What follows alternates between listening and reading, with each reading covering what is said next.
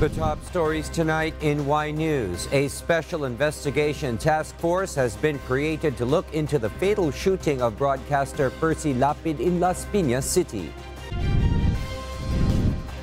10 cabinet members who were bypassed by the Commission on Appointments have been reappointed by President Ferdinand Bongbong Marcos Jr. While 10 were reinstated, 2 others left as Press Secretary Trixie Cruz Angeles and Commission on Audit Chair Jose Calida resigned for different reasons. For our global news, North Korea has fired a ballistic missile over Japan. Good evening, Philippines and the world. Today is Tuesday, the 4th of October, 2022. Join us in the next hour as we deliver today's top stories around the Philippines and in other parts of the world. I am William Theo. We are also seen in 1,935 satellite monitoring centers nationwide and via live streaming worldwide through the UNTV News and Rescue social media channels. I am Harleen Delgado. First in the news, the Metropolitan Manila Development Authority, or MMDA, sees heavier traffic in roads affected by partial closure of Meralco Avenue. Concerned motorists and commuters also share the inconvenience they experience from the road closure. Asher Kadapan Jr. tells us why. The Meralco Avenue is one of the entry and exit passages of Ortigas Center where several people work. It becomes very important, especially during rush hour, and road closures is expected to cause significant impact in the traffic condition in the area. The Metropolitan Manila Development Authority explains this as portion of Meralco Avenue was closed to traffic. This gives way to the Metro Manila Subway project. MMDA spokesperson Melissa Karunungan says they will need to reevaluate the traffic situations due to the road closure. Definitely, there will be more traffic in that area po because there is a road closure that many vehicles pass through, especially those that work in the area and those that pass through that area po papunta po sa mga trabaho nila. However po, because of this road closure, we have foreseen sa MMDA na magkaka-spill over sa major thoroughfares within that area po. The MMDA advises affected motorists to avoid roads in the area. Alternative routes, however, were provided especially to public utility vehicles, including UV Express and modern and traditional public utility jeepneys. Yung dati kong rito, from Star Mall hanggang dito sa istansya, ay nakakuha ko lang mga 10 minutes na kun lang. Pero umabot ako 5 minutes ang ang dumagdag. Siguro mga 15 minutes o mga 30 minutes yung interval niya. Kasi doon baka may umikot sa sa may Ultra. Tagos dito sa Javier Street. Ay, yan nga, nabigla nga kami dahil hindi naman ganito dati. Ngayon, bigla ako, pagpasok ko, sarado. Yan lang mga na rin, 10 minutes o 15. The MMDA is scheduled to meet with the Department of Transportation and concerned local government units in 2 to 3 weeks for the re-evaluation of the traffic in the area. Asher Kadapan Jr., UNTV News and Rescue. We serve the people, we give glory to God. The resignations of Commission on Audit Chair Jose Calida and Press Secretary Trixie Cruz Angeles have been confirmed by the Office of the Executive Secretary. Meanwhile, 10 of the 14 picks of President Ferdinand Bongbong Marcos Jr. to lead key government agencies who were recently bypassed by the Commission on Appointments have been reappointed. Nel Maribohok will tell us why. President Ferdinand Marcos Jr.'s 2 more cabinet members have resigned. Executive Secretary Lucas Bersamin told the media briefing that Press Secretary Trixie Cruz Angeles and Commission on Audit Chairman Jose Calida stepped down from office. President Marcos has not yet decided who would replace Cruz Angeles, according to Senior Deputy Executive Secretary Hubert Guevara. The resigned press secretary stated in a statement that she tendered her resignation due to health reasons. Well, I have written a resignation letter. I think she has to address certain medical conditions, and she has actually kind of stopped her from addressing that while she was having her being a press secretary. So right now, at least she has time now to address that concern. The third top official to leave Marcos Jr.'s cabinet following former Executive Secretary Victor Rodriguez and Angeles is COA Chair Calida, who serve as Solicitor General under the Duterte administration. He tendered his resignation, partly for many reasons, but it's up to him to later explain to you or publish to you what were his reasons. But we accepted that with regret, and we commended him for his patriotism also, for serving for a short while. Meanwhile, President Marcos oversaw the swearing-in of his reappointed cabinet members this morning. The officials who were reappointed were Secretaries Benjamin Jokno, Manuel Bonoan, Alfredo Pascual, Erwin Tulfo, Jaime Bautista, Renato Siludum Jr., Rafael Lotilla, Susan Ople, Arsenio Balisacan, and Jose Rizalino Acuzar. Nel Maribujo, UNTV News and Rescue. We serve the people, we give glory to God. Meanwhile, a special investigation task group has been established by the National Capital Region Police Office to focus on the investigation into the murder of commentator Percy Mabasa, also known as Percy Lapid. The killing was condemned by the National Union of Journalists of the Philippines and the Presidential Task Force on Media Security. Leah Ilagan reports. The National Capital Region Police Office want to resolve the death of commentator Percy Mabasa or Percy Lapid as soon as possible. NCRPO Director Police Brigadier General Jonel Stomo orders the Las Piñas Police to provide him information on the case within 24 hours. NCRPO also formed a special investigation task group to focus on the investigation. Southern Police District Director Police Colonel Kirby John Kraft said they are analyzing the CCTV footage in the area to see where the assailant ran. Sa ngayon po, ongoing pa rin po yung ating investigation. May na-recover po tayong mga empty shells po doon na ina-undergo na po natin ang ballistics. Pangalawa po, yung mga CCTV camera po doon, tinatry po natin maka-extract po ng mga footages po na nakarecord po doon. Nagbabaktak din po tayo kung saan po posibleng dumaan o tumakas itong ating mga suspect. A few days prior to his murder, Colonel Kraft also said that SITG was also watching Lapid's live streaming on his Lapid Fire program. Maraming anggulo po tayong tinitingnan kasi hard-hitting commentator po ito. So base po doon sa mga i-review po natin na kanyang programa po, marami po siyang nababanggit po ng mga personalities. So magkakaroon po tayo ng elimination po kung sino po yung posibleng maging suspect po dito sa mga personalidad na kanyang na-mention po doon sa kanyang programa. Lapid suffered 2 gunshot wounds from the undetermined gun caliber. No, meron po kaming mga nakuhang empty cartridges para po ma-identify. Malaman po kung ano yung kalibre ng baril na ginamit. Ang tanga po niya, holding po doon sa SOCO, personnel na nag-conduct po ng crime scene processing ay 2 po sa ilalim po ng tenga sa batang kaliwa.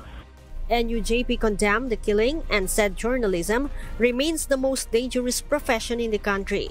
The Presidential Task Force on Media Security reported that it is coordinating with the authorities on the investigation into the death of Lapid. PT Poms believe that the commentator's shooting was work-related. Lapid is known for his hard-hitting commentaries against corrupt politicians, extrajudicial killings, and also against political dynasty. He was shot and killed on October 3rd at BF Resort Village, Aria Street, Barangay Talon 2, Las Piñas City. Leah Ilagan, UNTV News and Rescue. We serve the people.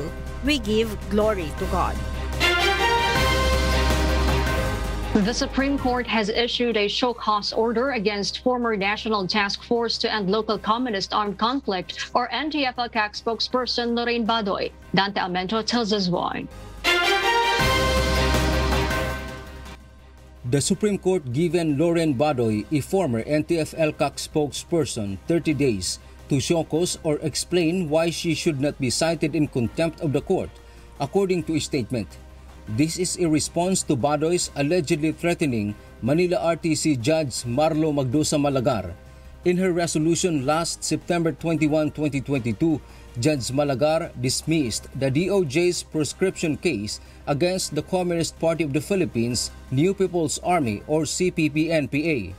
On her social media post, Badoy accused Judge Malagar as friend and defender of the CPP-NPA-NDF. The former NTF-LCAC official also asked whether it is true that Malagar's husband, Attorney Leo Malagar, who is currently the second UP Cebu Chancellor, was a cadre of the CPP-NPA-NDF. The court asked Badoy to respond whether or not she posted the statements attacking Judge Malagar's resolution, whether or not her social media posts encouraged more violent language or incitement to produce violent actions against the judge, and whether or not her statements implying violence on a judge is a part of her protected constitutional speech.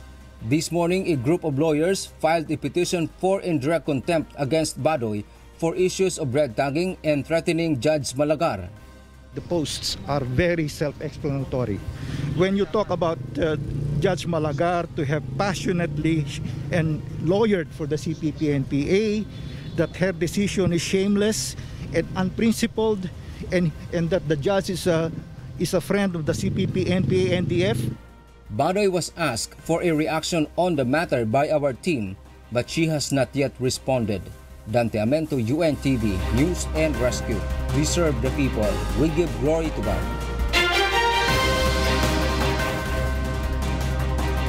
At least one ballistic missile was fired by North Korea earlier this morning that left North Korea's Mupyeong area in Jagang Province and flew over Japan.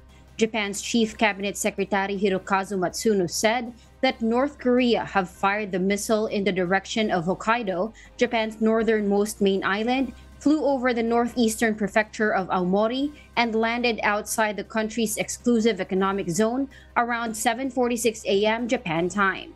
In a press conference, Japanese Prime Minister Fumio Kishida strongly condemns this act and that he had issued instructions to confirm if any damage has resulted from falling objects. According to a tweet by the Prime Minister's Office of Japan, the government is dedicating its maximum effort to gather and analyze information and provide the public speedy and adequate information. The Prime Minister also wants to ensure the safety of aircraft, vessels, and other assets, as well as take all possible measures for precaution, including readiness and contingencies. Before this, the last North Korean missile that flew over Japan was in September 15, 2017, when North Korea launched an intermediate-range ballistic missile that flew 2,300 miles and crashed into waters 1,370 miles east of Hokkaido. Ukraine is rapidly advancing in areas that are in the process of being annexed by Russia in their biggest breakthrough yet since the war began. Maven Dog will give us the details live. Maeve? Kath, Russian sources have confirmed that Ukrainian tanks have advanced along the Nepro River in southern Ukraine and has reclaimed territories along the way. Ukrainian troops have also secured gains in the east and other major battlefields, while Russian President Vladimir Putin struggles to engage fresh troops and faces intensifying domestic and international criticism. Military analyst Oleg Zhdanov said Russia has lost the ability to attack and may soon lose the ability to defend as a result of Ukraine's work in destroying their supplies and reducing their combat effectiveness. Meanwhile, Russia's state media also acknowledged the setbacks and reported another top official, a commander of Russia's Western Military District, being fired after the latest defeats. Back to you, Kath. Thank you, Maven Dog, for that live report. The British government has abolished its original plan of cutting down the UK's top earners' income tax. Annie Mancilia tells us why live. Yes, Annie? Kath, United Kingdom's plan of income tax cut for the top earners sparked turmoil in financial markets, sent the pound to a record low against the dollar, and received backlash from a growing number of politicians. Finance Minister Kwasi Kwarteng was quoted in his Twitter post saying, "We get it, and we have listened." He also admitted that the tax cut had become a distraction from the government's measures to solve UK's economic crisis. The reversal to ditch the income tax cut on earning above £150,000 a year also came after politicians from the Conservative Party turned on government tax plans. On the other hand, Prime Minister Liz Truss told BBC that she stands by the package that includes $45 billion in tax cuts announced on September 23. Meanwhile, Kwarteng's sudden move to trash the income tax cut sent the pound up to about 1.2%, or around $1.12 US. Back to you, Kath. Annie, how are they planning to move forward with the income tax cut should Kwasi Kwarteng decide to change his mind again, given that PM Liz Truss is still on board with the original plan? Kath, UK officials say reducing the taxes for top earners will require a very large increase in government borrowing, which would greatly affect mortgage and pension funds. Even the International Monetary Fund is not in favor of it, saying it would raise inequality and increase inflationary pressure in the UK's economy. Kath? Thank you, Annie Mancilia, reporting live. We'll share more global stories with you later, but for now, back to you, Harleen. Thank you, Kath. More than 50,000 public school teachers in the National Capital Region signed a petition seeking help from Congress to raise entry-level pay to salary grade 15. Irene Cerudo will tell us why. An entry-level salary of a public school teacher is lower compared to the minimum pay of other professionals. According to ACT Teachers Party List Representative Franz Castro, the minimum salary of public school teachers is salary grade 11 or 25,439 pesos. The entry-level pay of a nurse in the Philippines is at salary grade 15 or equivalent to 35,097 pesos. A public teacher's salary is also lower compared to military and uniformed personnel. Napapanahon itong salary upgrading ng mga teachers considering yung napakababa talaga ng sweldo ng mga public school teachers natin, yung grade, starting grade ng mga teachers. Public school teachers not only pay for their daily expenses but also for their learning materials and for improving in their professional careers. Marami po sa amin yung simpleng chalk, kartolina, pentel pen, ginagastos pa po yun ng teacher kahit bala ng stapler. At hindi po yan sinusuportahan ng gobyerno. Bukod sa mga gastusin, may pangarap din kami. Hindi lang kami teacher 1. Kinakailangan din namin ma-develop professionally.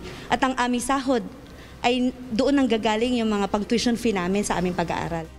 Due to the low teacher's salary, Representative Castro said other teachers opt to work abroad. The lawmaker also said that the salary of private school teachers should not be the basis for the pay received by public school teachers. Ang sweldo ay dapat na nakabatay doon sa cost of living, doon sa value ng peso, tsaka yung inflation, consumer price index. Mismo ang gobyerno naman ang nagsasabi na dapat sumweldo ng 1,000 a day ang isang pamilyang may 5 miyembro. Kung meron man talagang exploited ang mga teachers ngayon, ay mas lalo na yung mga private school. On the average, mga 15,000 lang yan ang sweldo. Yung starting nila. Meanwhile, Representative Castro is also looking into filing a bill to increase the salary of private school teachers. Eileen Cerudo, UNTV News and Rescue. We serve the people. We give glory to God. Meanwhile, numerous schools are already preparing for the start of 5-day full face-to-face classes beginning November 2. Janice Inhente has the story. Ahead of the mandatory 5-day full physical education classes being implemented by November in all public schools, a few schools in Metro Manila are currently preparing their facilities as pre-pandemic number of students are expected. Grade 6 students at Pasig Central Elementary School gradually starts its 100% capacity to have a smooth transition in all grade levels by November. Ngayon, grade 6 pa lang. Next week, 5 and 6 na. Dating ng third week, 4, 5, 6. And then on the fourth week, 3, 4, 5, 6. Para pagdating ng November, lahat na, kasama na ang kinder. The same class schedules will be followed by more than 3,900 PCES students when they return to physical classes next month. To prevent congestion at its school gate, PCES also set up a designated entrance and exit for each grade level. Nag-identify ako ng mga specific location na kung saan ang mga teachers mag-i-stay, mga parents pala, at saka yung mga bata, lalo yung mga kinder. Halimbawa dito sa my library gate, ang mag-out dyan at ay kinder hanggang grade 3. Pagdating naman ng 4, 5, 6, dito sila sa may San Nicolas gate para yung paglabas nila hindi crowded. In addition to PCES, Nagpayong Elementary School is now preparing for 100% face-to-face classes. Even though the school is thought to be exempt from the November required physical education classes, according to Nagpayong Elementary School Principal Emelita Medina, the school will continue to make every effort to accommodate all of its students by the end of November. Alam mo naman ang mga classrooms hindi naman lahat na-meet ang standard ng size, di ba? So ngayon, para medyo maluwag, pinapatanggal ko yung mga unnecessary cabinets, yung mga tables, yung palagi ko naman hindi na dapat gamitin para lumuwag ang mga bata. Para kahit pa paano magkaroon tayo ng distancing. We will take the risk kasi nga knowing na we are one of the 5 schools na exempted dapat sa face-to-face, but still we will try. With more than 11,500 students enrolled for the school year 2022 to 2023, Nagpayong Elementary School has the highest numeration of students of any public school in the country. Janice Enhente, UNTV, News and Rescue. We serve the people, we give glory to God. The elevation of depleting Angat Dam increased due to strong rains caused by Typhoon Karding. The National Water Resources Board predicts that before the dry season begins next year, the dam will have accumulated sufficient supply. Ray Pelayo reports. After Super Typhoon Karding affected the majority of Luzon, the water level of Angat Dam at 6 a.m. today is 188.27 meters, an increase of more than 10 meters. However, Pag-asa states that it must rise to 210 meters before the dry season. The tropical cyclones play a significant role in raising its water level. Siguro aabot ng 210 or dun sa normal high water level, for example sa Angat, kung mahigit 3 na bagyo katulad ng Karding, for example, same track or same rainfall distribution pagdating po sa Angat. Possible po yun. The Angat Dam is a major source of water for Metro Manila and nearby provinces, and it is also used for crop irrigation. The National Water Resources Board anticipated that it would reach its necessary water reserve before the dry season, but they would still keep an eye on the situation. 20 CMS are allocated for irrigation and 46 cubic meter per second are designated for MWSS. NWRB appeals to the public to continue conserving water. Ray Pelayo, UNTV News and Rescue. We serve the people, we give glory to God. The Bureau of Immigration vows to go after POGO employees who are overstaying in the Philippines as well as their POGO companies. Harleen Delgado will tell us why. The Bureau of Immigration, or BI, is now in the process of canceling the working visas of Philippine offshore gaming operator or POGO employees who are illegally staying in the Philippines. BI spokesperson Dana Sandoval says the Bureau can access the registered personal information of more than 48,000 POGO employees who are up for visa cancellation. They can also file charges against POGO companies who still employ overstaying foreign nationals. Because they they are registered foreign nationals. We have their registration information, where they live. Alam po natin kung saan sila hahanapin. And if hindi po sila ipresenta ng kumpanya po na nag-petition sa kanila, then we could file a case against these companies for harboring illegal aliens.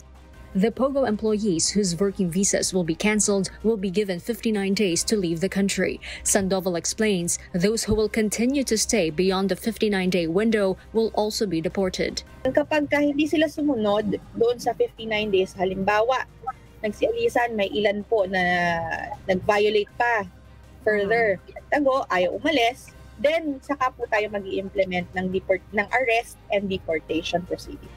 As of now, the Bureau says 372 foreign nationals are in the final stage of deportation process. Sandoval says the BI is just awaiting the necessary travel documents from their respective embassies and the clearances from the National Bureau of Investigation and the Philippine National Police to ensure that they have no pending cases before leaving the country.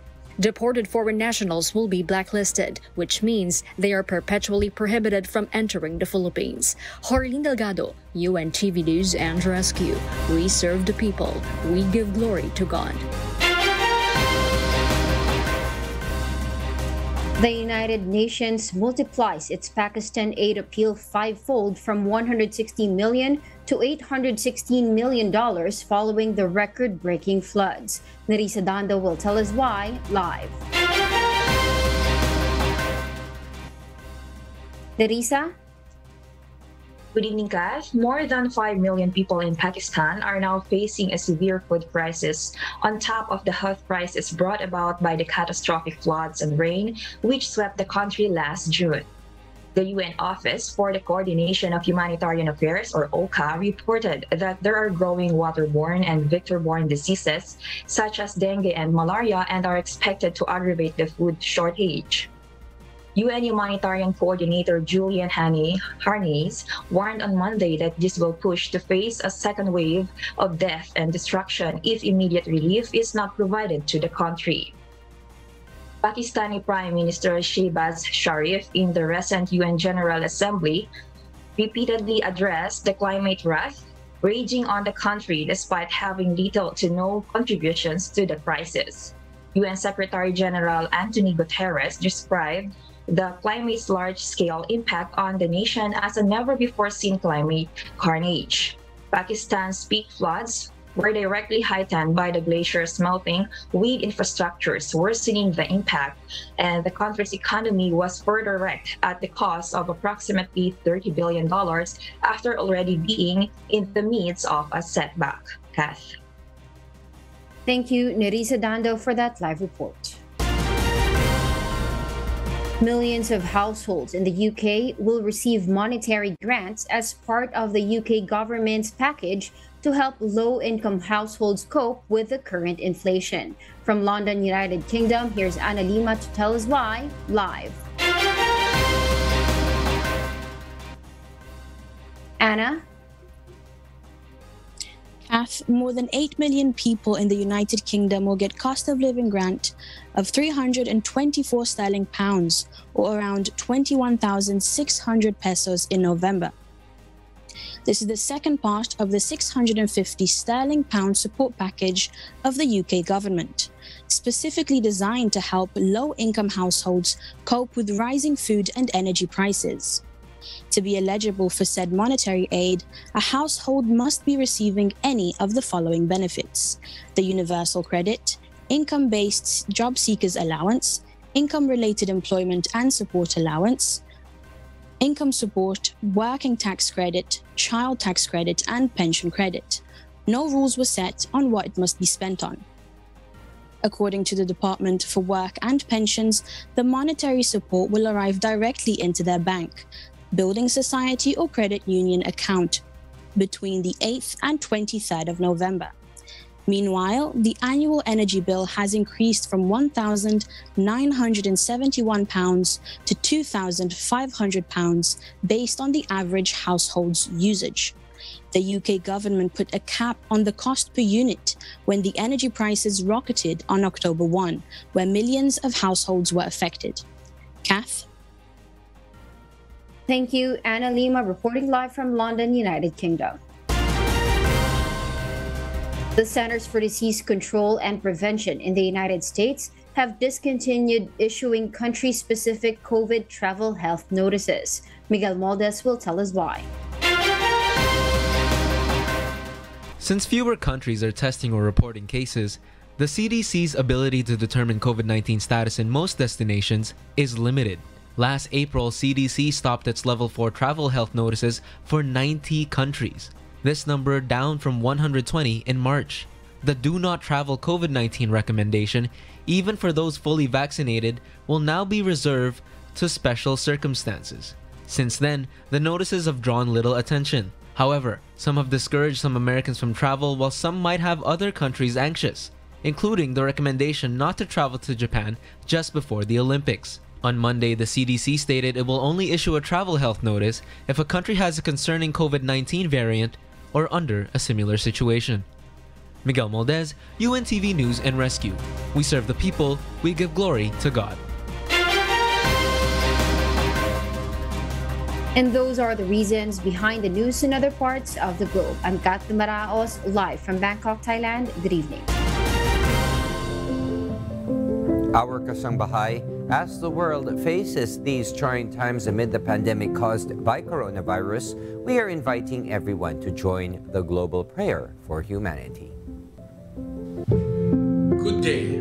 I'm Brother Eli Soriano of the members of the Church of God International.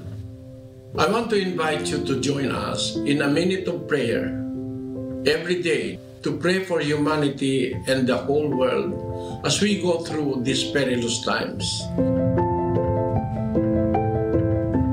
While safety measures like washing of hands and strengthening of our immune systems may help us through this horrible predicament, there is still no precaution or cure more powerful than God's mighty intervention. And we need His intervention now more than ever. It doesn't matter what religion you are in or what denomination you belong. This is an invitation for all the people around the world who cares for the future of their family, friends, loved ones, and humanity as a whole. Everybody is welcome to pray with us. For more details, you can check out the description box below. Thank you very much, and I hope to hear from you soon. May God bless you.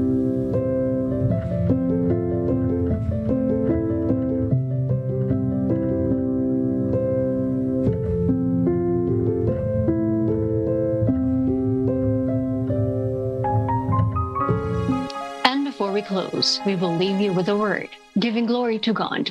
From the book of Proverbs, chapter 19, verses 20 to 21, it says, "Hear counsel and receive instruction, that thou mayest be wise in thy latter end. There are many devices in a man's heart, nevertheless the counsel of the Lord that shall stand."